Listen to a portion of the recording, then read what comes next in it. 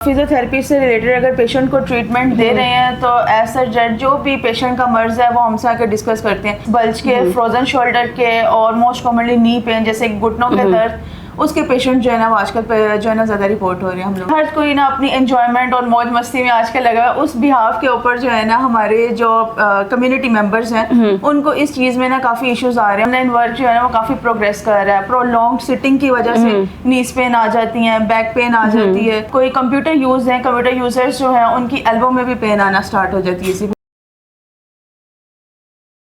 अस्सलाम वालेकुम, TV today के साथ मैं हूं अरूज मलिक। यकीनन आप सब खैरियत से होंगे व्यूअर्स। आज हम आपको बताने जा रहे हैं कि फ़िज़ियोथेरेपी की ज़िंदगी में कितनी अहमियत है।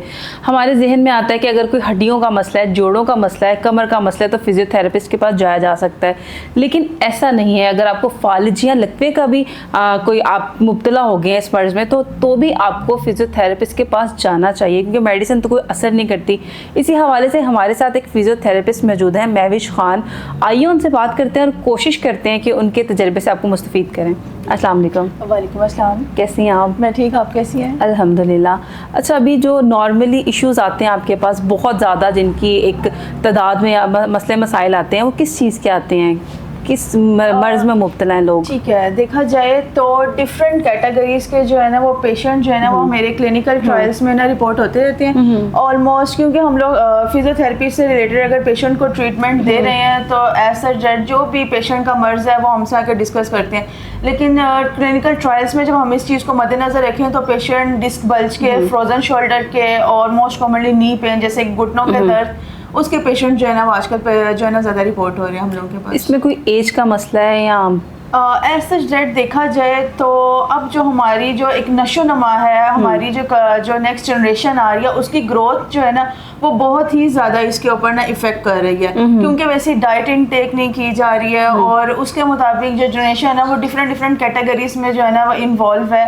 लाइक दैट कि हर कोई ना अपनी एंजॉयमेंट और मौज मस्ती में आजकल लगा हुआ है। उस बिहाफ के ऊपर जो है ना हमारे जो कम्युनिटी मेम्बर्स हैं उनको इस चीज़ में ना काफ़ी इश्यूज आ रहे हैं। और आजकल आप सबको पता है ऑनलाइन वर्क जो है ना वो काफ़ी प्रोग्रेस कर रहा है। प्रोलॉन्ग सिटिंग की वजह से नीज पेन आ जाती हैं, बैक पेन आ जाती है। और प्रोलॉन्ग जब कोई कंप्यूटर यूज है, कंप्यूटर यूजर्स जो है उनकी एल्बो में भी पेन आना स्टार्ट हो जाती है इसी भी। अच्छा, यानी कि हमारी जो बेसिक मसला है वो खुराक का है। हमारी डाइट अच्छी नहीं है तो इसलिए वो जिस्म बेजान सा है। बिल्कुल, क्योंकि भागम भागी है हर जगह पे। हर किसी को है कि हम लोग जो है वो इन द वर्ल्ड जो है वो काम करें, बिजनेस को अपने रनअप करें। इस बिहार पे जब डाइट और न्यूट्रिशन नहीं है, क्योंकि वर्क नहीं है, डेली एक्टिविटीज़ को हम लोगों ने ब्रेक कर दिया। ब्रेक करने के बाद हम लोग अपने एक ऑफिस में स्टिल हैं, एक्टिविटीज़ हम लोग नहीं कर रहे हैं, वर्क नहीं है। इस बिहाफ के ऊपर जो है ना वो काफ़ी ज़्यादा जो डिजीज़ है ना वो प्रोलॉन्ग जनरेशन के ऊपर आती जा रही हैं। अच्छा, क्या थेरेपी करवाने से स्ट्रेस भी कम होता है, रिलीज हो जाता है? ऑफ कोर्स, इससे तो देखा जाए तो काफ़ी ज़्यादा मेंटली जो है ना वो रिलैक्सेशन जो है ना होने लगे थे। क्योंकि जब आप मेंटली डिस्टर्ब हैं तो बॉडी भी जो है ना वो फटीग में आना स्टार्ट हो जाती है।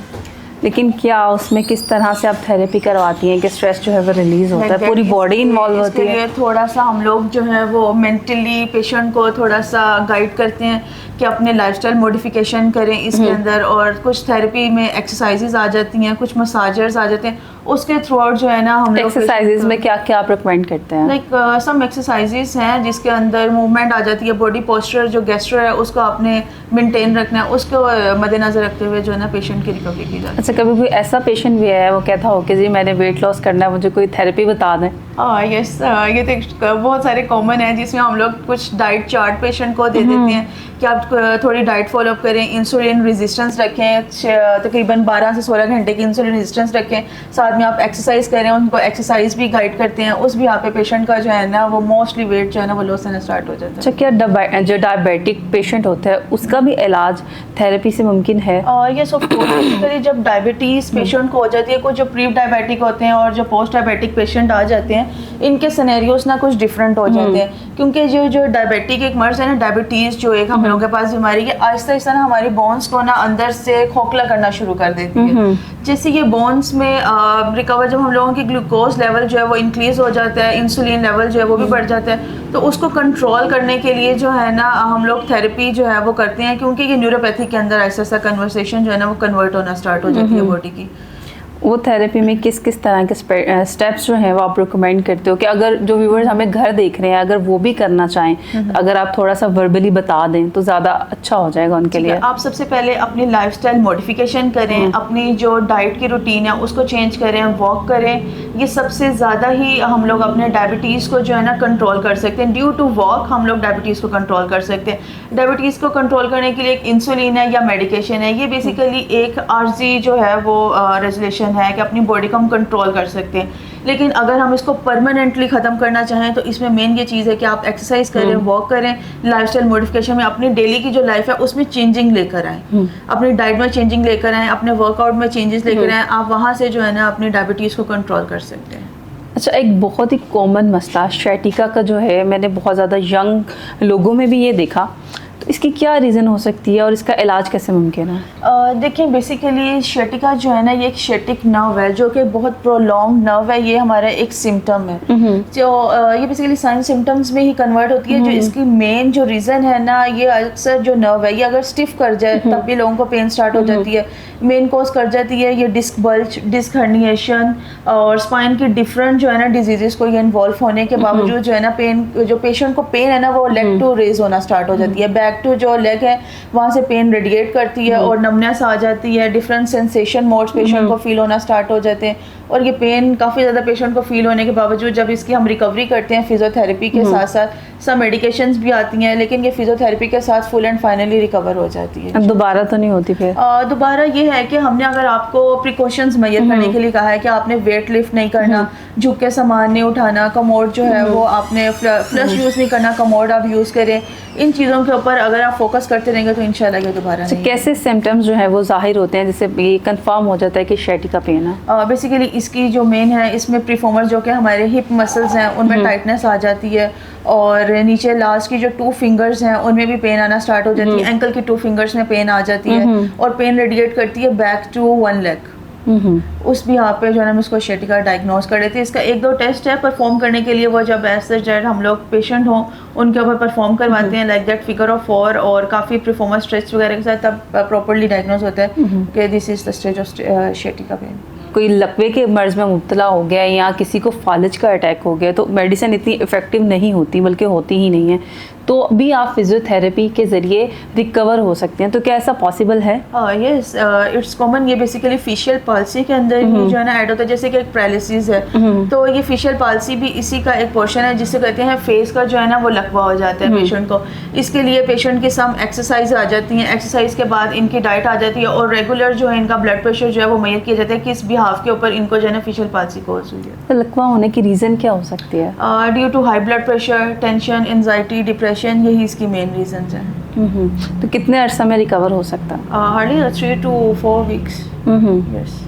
अच्छा व्यूअर्स, अब हमारे साथ एक पेशेंट मौजूद हैं जो कि नीज़ की प्रॉब्लम में है, उन्हें बैकबोन का भी मसला है, तो हम कोशिश करते हैं, मैं भी से रिक्वेस्ट करते हैं कि हमें थोड़ा सा डेमो भी करके दिखा दें कि अगर आप लोग घर में भी अगर थेरेपी करना चाहें तो किस एंगल पे, किस पोस्चर में क्या क्या जो है टेक्निक्स आप यूज़ कर सकते हैं। अस्सलाम वालेकुम आंटी, कैसी हैं आप? वालेकुम अस्सलाम। आंटी मेरा नाम डॉक्टर महविश है। आप मुझे बताएं कि आपको किस चीज़ का मर्ज जो है ना वो उसकी वजह से आपको पेन हो रही है? पहले तो काफ़ी अर्सा पहले मेरा ऑपरेशन हो चुका है रीढ़ की हड्डी का, और शैटिका पेन थी मुझे, ठीक है, जिसकी वजह से मेरा ऑपरेशन हुआ था। ठीक है। और उसके बाद आप तकरीबन 12 साल हो गए मेरे घुटने जो है ना, ठीक है, ये बिल्कुल नहीं काम करते, ठीक हो गया, जिसकी वजह से मुझे तकलीफ़ है। चल मैं बिल्कुल नहीं सकती, व्हील चेयर पे हूँ, और ये पीछे भी खिंचाव पड़ता है, ठीक है, गर्दन को भी, बाज़ दफ़ा बाजू में ये जो जोड़ है ना इसका बाजू का, ठीक है, इसमें बड़ी सख्त दर्द होती है, ये बाजू पीछे नहीं जाता, ओके, यहाँ तक रहता है। और 2-4 दिन पहले की बात है कि मुझे अचानक ये पीछे से खिंचाव पड़ा कि दोनों बाजू काम नहीं करते थे, बड़ी दर्द हुई मुझे, और मैंने पैनाडॉल ली है, और उसके बाद मैंने अचानक उस सांस में के साथ भी दर्द हो रही थी, मैंने यहाँ से दबाया, दबाने की वजह से मेरी पेन वो कम हो गई, अच्छा, रुक गई पेन, ठीक है, लेकिन अभी भी है, यहाँ खिंचाव पड़ता है मुझे ठीक है, पीछे। ठीक हो गया। पीछे बिल्कुल रीढ़ के दरमियान वाली हड्डी में आपको खिंचाव महसूस हो रहा है? नहीं, अब तो पुट्ठों में हो रहा है। अच्छा, पट्ठों में। हाँ जी। ठीक है। अब पट्ठों में हो रहा है। और ये टांगों में तकलीफ़ रहती है कि यक ठंडी हो जाती है पिंडलियाँ। ठीक है, आपका ऑपरेशन हुआ हुआ है पीछे कमर के मोरों का ही ऑपरेशन जी हुआ जी, है? मोरों का ठीक हो ऑपरेशन। गया। अच्छा मुझे बताएं आंटी, आपको शुगर तो नहीं है? नहीं, शुगर नहीं, ब्लड प्रेशर का कोई मसला? Blood pressure, high blood pressure. High blood pressure की कोई मेडिकेशन आप हाँ, ले रही हूँ मैं, चलिए ठीक हो गया। ज़िवोर ले रही हूँ। ठीक है, तो आपने एक नींद के लिए लेती हूँ ठीक कि है। नींद नहीं आती, एक एलर्जी के लिए लेती हूँ, ठीक मुझे है। अक्सर एलर्जी हो जाती है। 3 टैबलेट लेती है, इसके अलावा मैं दर्द के लिए कोई टेस्ट वगैरह करवाए हुए हैं? अब नहीं करवाया, काफ़ी देर पहले करवाए थे। ठीक है, तब यूरिक एसिड और कोलेस्ट्रॉल ठीक था या वो भी कुछ बढ़ा हुआ था? उस वक्त तो ठीक था, अब का नहीं कुछ पता। चलिए ठीक हो गया। बेसिकली इसके लिए ना सम रिपोर्ट्स जो है ना वो चेक करने के लिए मुझे दरकार होंगी, बाकी मैं आपको एग्जामिन कर लेती हूँ, इंशाल्लाह ये ना बेहतर हो जाएगा। आपने ना इसकी थेरेपी करवाई है? नहीं, फिजियोथेरेपी बिल्कुल भी रिकमेंडेशन नहीं नहीं। करवाई है? नहीं। ठीक होगा। अगर ये बेसिकली ना अगर आप इसकी थेरेपी की तरफ इसको मूव कर लेते ना, आपको सर्जरी की तरफ जाना ही ना पड़ता। अगर बोन फ्रैक्चर भी होती वो भी हील कर जाती, लेकिन इन केस अगर सर्जरी हो गई है, आप इसकी थेरेपी करें, आप बहुत ज़्यादा रिकवर कर जाएंगे इंशाल्लाह माशाल्लाह से। बेसिकली ये है क्योंकि इसके साथ साथ जब हमारे कमर के मोरों का मसला बन जाए तो साथ साथ घुटनों का भी मसला आ जाता है। और फिर क्योंकि अर्थराइटिस के मसाइल में फिर डिफरेंट जो जॉइंट्स हैं ना हमारे, उनमें भी पेन कॉज होना स्टार्ट हो जाती है। जैसे भी आपको कंधे में भी दर्द आ रही है, फिर घुटनों में भी आ रही है, क्योंकि ये अर्थराइटिस जो है हमारे पास एक गंठे की जो एक बीमारी है, इस रीज़न की वजह से भी अक्सर आ जाती है। और थर्ड मंथ पर जो एज है, एज फैक्टर, वो भी बहुत मायने रख जाता है। बाकी मैं आपको एग्जामिन कर एज मेरी 65 है। 65 हुई ना, एज जैसे जैसे बढ़ती जाती है ना इंसान की, अगर बर वक्त इस चीज़ को हम कंट्रोल ना करें तो वो आगे से आगे मर्ज जो है ना वो रुकने की बजाय इंक्रीज़ कर जाता है। बढ़ने की वजह से मसाइल ख़त्म होने की बजाय या रुकने की बजाय बढ़ना शुरू हो जाते हैं। ये बाकी इसको चेक करते हैं, इंशाल्लाह ये बेहतर हो जाएगा। बाकी मैं आपको डायग्नोस कर देती हूँ और इसका ट्रीटमेंट भी मैं आपको बताती हूँ। जो मैं प्रिकॉशंस बताऊँ आप बस उनको फॉलो कीजिएगा, बाकी बेहतर हो जाएगा। मेहरबानी, बहुत शुक्रिया। आंटी ज़रा टांग सीधी करेंगे। आंटी की इससे ज़्यादा नहीं सीधी हो सकती टांगे? नहीं, इस तरह दर्द है? बहुत दर्द होती है। इनमें सूजन तो नहीं हुई हुई?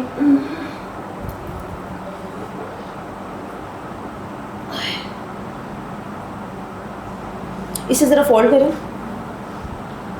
और मोड़े ज़रा, और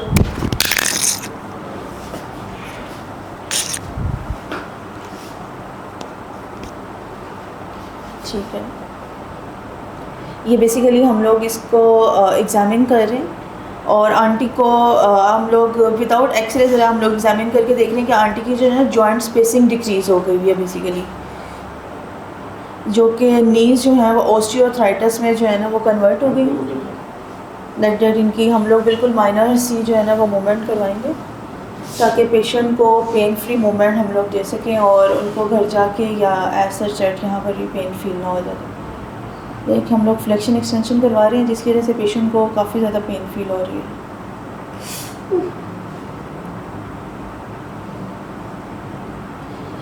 मैं अपने व्यूवर्स से ये कहना चाहूँगी, एज़ किसी को भी नी इशू है तो वो काइंडली थेरेपी के ऊपर ज़रा फोकस करें, मेडिकेशन भी साथ साथ यूज़ करें, जो भी अगर आपको यूरिक एसिड, कोलेस्ट्रॉल या कोई एक आधी पेन किलर यूज़ करें साथ में, और थेरेपी मस्ट करवाएं ताकि जो है ना आपकी रिकवरी स्टेज जो है वो जल्द से जल्द आप लोगों के पास अब उससे जो है वो बाहर हो सकें। ठीक है, और आप नेक्स्ट फर्दर एग्जामिनेशन के लिए ना मस्ट एक्सरे, और अगर एक्सरे में डायग्नोस परफेक्टली हो जाए तो वेल एंड गुड, अगर ना हो तो आप MRI की तरफ जो है वो काइंडली मूव करें। आंटी आपने ना घर जाके ये सेम एग्जैक्ट ऐसे एक्सरसाइजेस करनी है इसकी तरह, इससे मसल्स भी आगे काफ़ी रिलैक्स होंगे और नी में जो है ना वो वर्किंग भी आएगी। काउंट भी इनका कोई होता है, कितने काउंट में आपने ऊपर और नीचे ये बेसिकली जो है ना इसके लिए हम लोग सम रेपिटेशंस है, जैसे कि दिन में आप एक दफ़ा करें, एज फैक्टर को मद्देनजर रखना पड़ता है। हर डॉक्टर का ना अपना अपना जो है वो आइडियोलॉजी सबकी अपनी अपनी है, तो मेरे भी यहाँ पे आप दिन में एक दफ़ा थेरेपी करें एज फैक्टर को देखते हुए, और इसकी जो रेपिटेशंस हैं वो 5, 7 और 10 इस तरह अबव जो है ना स्टेप बाय स्टेप अबव करते जाएँ, उससे काफ़ी ज़्यादा बेनिफिशियल इफेक्ट्स आ जाएंगे। आंटी आपने ना दोनों पंजों को ऊपर की तरफ मूव करना है, ऊपर की तरफ करें फिर से नीचे की तरफ करें, ऐसे जो ब्लड सर्कुलेशन है ना वो काफ़ी ज़्यादा बेहतर होना शुरू हो जाएगी। आपने ये दिन में फारिग औकात में अगर आप बैठे हैं तो ये दिन में ऑलमोस्ट 3 से 4 दफ़ा जो है वो दिन में इसकी 10-10 रेपिटेशन जो है ना वो आपने करनी है। अच्छा, अब मैनुअल फिजियोथेरेपी बेस्ट रहती हैं या जो अब बहुत ज़्यादा एडवांस जैसे हो गए या मशीनरीज भी आ गई हैं, तो मशीन वाली ठीक रहती हैं या मैनुअल ठीक रहती ये है? बेसिकली ना बोथ जो है उनको लेके चला जाता है फिजियोथेरेपी में। जो हमारी मैकेनिकल डिवाइसेस हैं उनके साथ भी थेरेपी होती है, कुछ रेज हैं और कुछ हीट है, एंड जो है नर्व सेंसेशंस को बरकरार रखने के लिए और उनको रेगुलरिटी के ऊपर लेकर आने के लिए जो है हम लोग यूज़ करते हैं। हमारी डिफरेंट डिवाइसेस हैं वो हैं, कुछ लेज़र डिवाइसेस आ जाती हैं हम लोगों के पास, और साथ साथ फिर एक्सरसाइज आ जाती है, क्योंकि मैनुअली जब पेशेंट खुद से भी एक्सरसाइज करते हैं पैसिवली और एक्टिवली जब किया जाता है, वैसे भी जब हम करवाते हैं तब हमें भी अच्छे से अंदाजा होता है पेशेंट को किस रेंज में जो है वो पेन फील हो रही है। अगर हम रोबोटिक डिवाइसेस पे लगा देंगे पेशेंट को पेन फ्री होगी, लेकिन पेशेंट थोड़ा सेटिस्फाई होगा नहीं, हमें एक रोबोटिक्स जो है वो करवा रहे हैं और वो थोड़ा सा बर्दाश्त करते रहते हैं इस चीज़ को। लेकिन ऐसा नहीं करना चाहिए एवरी पेशेंट्स को।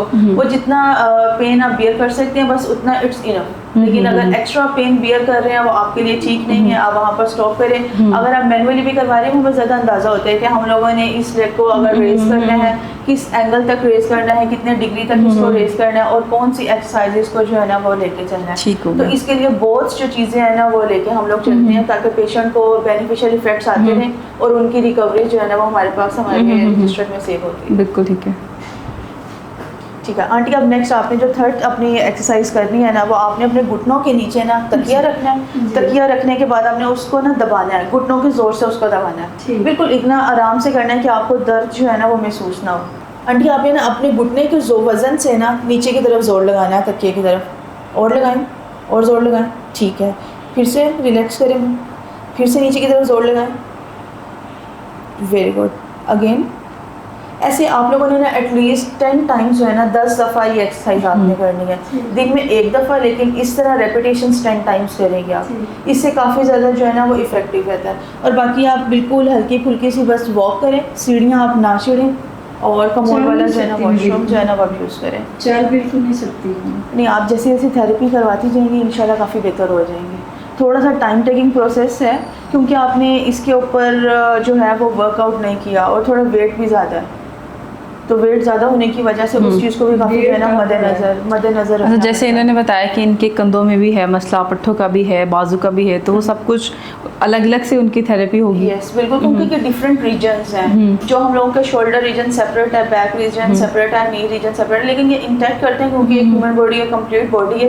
इनका ट्रीटमेंट ये है कि इनको सेपरेटली ट्रीट ज़रा किया जाता है, तो उससे जो इफेक्ट्स हैं ना वो बेनिफिशियल इफेक्ट्स आते हैं। बल्कि आप थोड़ा सा अगर बाजू की एक्सरसाइज भी बता देंगे व्यूअर्स को। ठीक होगा आंटी, अगेन ऊपर करें हाथ को ज़रा। ये बेसिकली आंटी की जो हैंड की रेंज है वो एटलीस्ट 60 to 65 डिग्री के एंगल तक जा रही है, और जो कि हमारा एक नॉर्मली जो हैंड की रेसिंग है वो एटलीस्ट 90 डिग्री तक होनी चाहिए। इससे आगे पेशेंट को फील जो है वो पेन फील हो रही है, और इनका जो शोल्डर जॉइंट है वो स्टक है, लाइक सच दैट जिनको हम डायग्नोज करेंगे फ्रोजन शोल्डर है उनको। आंटी ज़रा हाथ पीछे की तरफ करें, जैसे कमर की तरफ हम लेके जाते हैं। ठीक हो गया, ओके ठीक है। आंटी आप कंघी आसानी से कर पाती हैं? नहीं होती है बेसिकली। ठीक है, इसको सीधा करें हाथ को बिल्कुल इस तरह। ठीक है, अब इस साइड पर करें, इस साइड से ऊपर की तरफ करें हाथ को। नहीं जा रही साइड। ठीक, ये बेसिकली फ्रोज़न शोल्डर के लिए आपने ना सेम यही एक्सरसाइजेस करनी है। फर्स्ट इसी तरह इनके भी रेपिटेशंस आपने 10 रखने और दिन में एक दफ़ा करेंगे। एंड सेकेंड वंस, कोई भी घर में बच्चे आपके फ्री हैं या आपकी बहू है, आप उनसे भी जो है ना ये चीज़ कह सकती हैं कि आपको एक्सरसाइज करवाएं।